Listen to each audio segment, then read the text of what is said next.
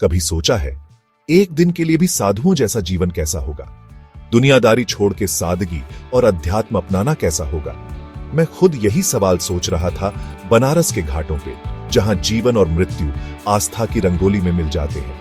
बनारस, जिसे काशी या बेनारस भी कहते हैं, दुनिया के सबसे पुराने शहरों में से एक है।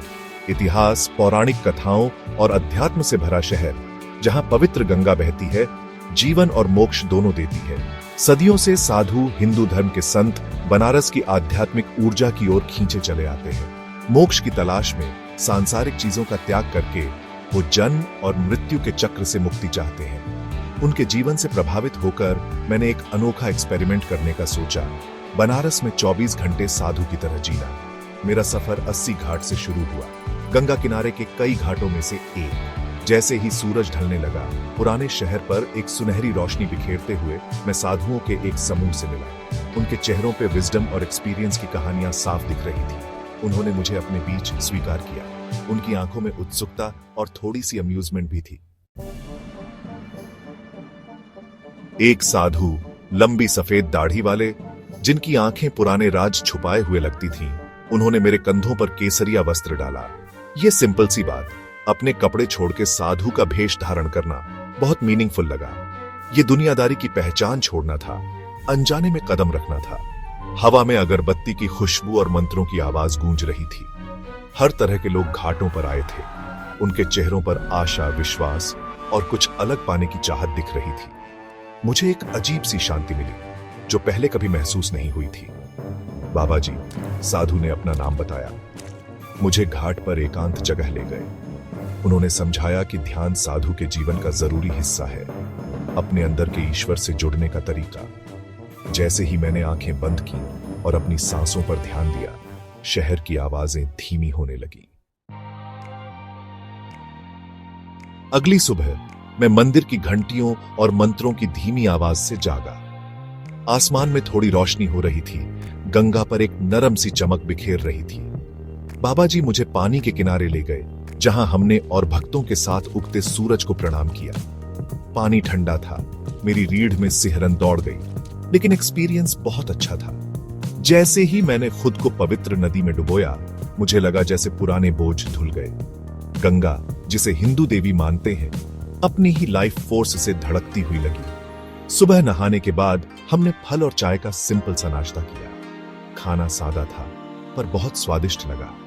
शायद वो जगह, ताजी हवा या साथ मुझे एक संतोष मिला जो दुनियादारी की खुशियों से परे था। कई साधुओं से बात करने का मौका मिला। हर एक की अपनी कहानी थी। किसी ने परिवार और दौलत छोड़ी थी, तो कोई पर्सनल ट्रेजेडी के बाद इस रास्ते पर आया था। अलग अलग बैकग्राउंड्स के बावजूद उन सब में एक बात कॉमन थी, शांति और दुनियादारी से दूरी। एक साधु, चमकती आंखों वाले, ने बताया कि असली खुशी चीजों या अचीवमेंट्स में नहीं, बल्कि खुद को जानने में है। उनकी बातें दिल को छू गईं। मुझे अपनी वैल्यूज और प्रायोरिटीज पर सवाल करने पर मजबूर कर दिया। दिन ढलते ही मैं बाबा जी के साथ उनके डेली कामों में गया। हम मंदिर गए, पूजा की और लोगों से मिले। उनके सिंपल लाइफस्टाइल ने मुझे प्रभावित किया। उनका ध्यान स्पिरिचुअल चीजों पर था, मटेरियल नहीं। बस केसरिया कपड़े और कुछ जरूरी चीजों वाले बैग के साथ मुझे अपनी चीजों से अटैचमेंट का सामना करना पड़ा। मुझे एहसास हुआ कि मैं कितना कुछ बिना सोचे समझे इस्तेमाल करता हूं। मेरा जीवन फालतू चीजों से कितना भरा हुआ है। एक दिन के लिए भी साधु की तरह रहना एक हम्बलिंग एक्सपीरियंस था। इसने मुझे डिटैचमेंट का महत्व सिखाया, जिंदगी की छोटी छोटी चीजों में खुशी ढूंढना सिखाया। इसने मुझे सक्सेस और हैप्पीनेस की अपनी डेफिनेशन पर सवाल करने पर मजबूर किया। जैसे ही सूरज ढलने लगा, घाटों पर लंबी परछाइयां पड़ने लगीं। मुझे दुख हुआ कि मेरा साधु जीवन खत्म हो रहा है। मैंने एक अलग तरह के जीवन की झलक देखी थी, जो चैलेंजिंग और लिबरेटिंग दोनों था। बनारस के 24 घंटों का सबसे यादगार पल गंगा आरती थी। हर शाम होते ही होने वाली आरती, प्रकाश और ध्वनि का अद्भुत नजारा होती है। जैसे ही सूरज ढला, आसमान नारंगी और बैंगनी रंगों से भर गया। सैकड़ों लोग दशाश्वमेध घाट पर इकट्ठा हो गए। रेशमी वस्त्रों में पुजारियों ने जैसे ही सेरेमनी शुरू की, हवा में एक्साइटमेंट भर गई। मंत्रों का रिदमिक उच्चारण, घंटियों की आवाज, अगरबत्ती की खुशबू और सैकड़ों दियों का गंगा में तैरना एक मैजिकल और भावुक माहौल बना रहा था।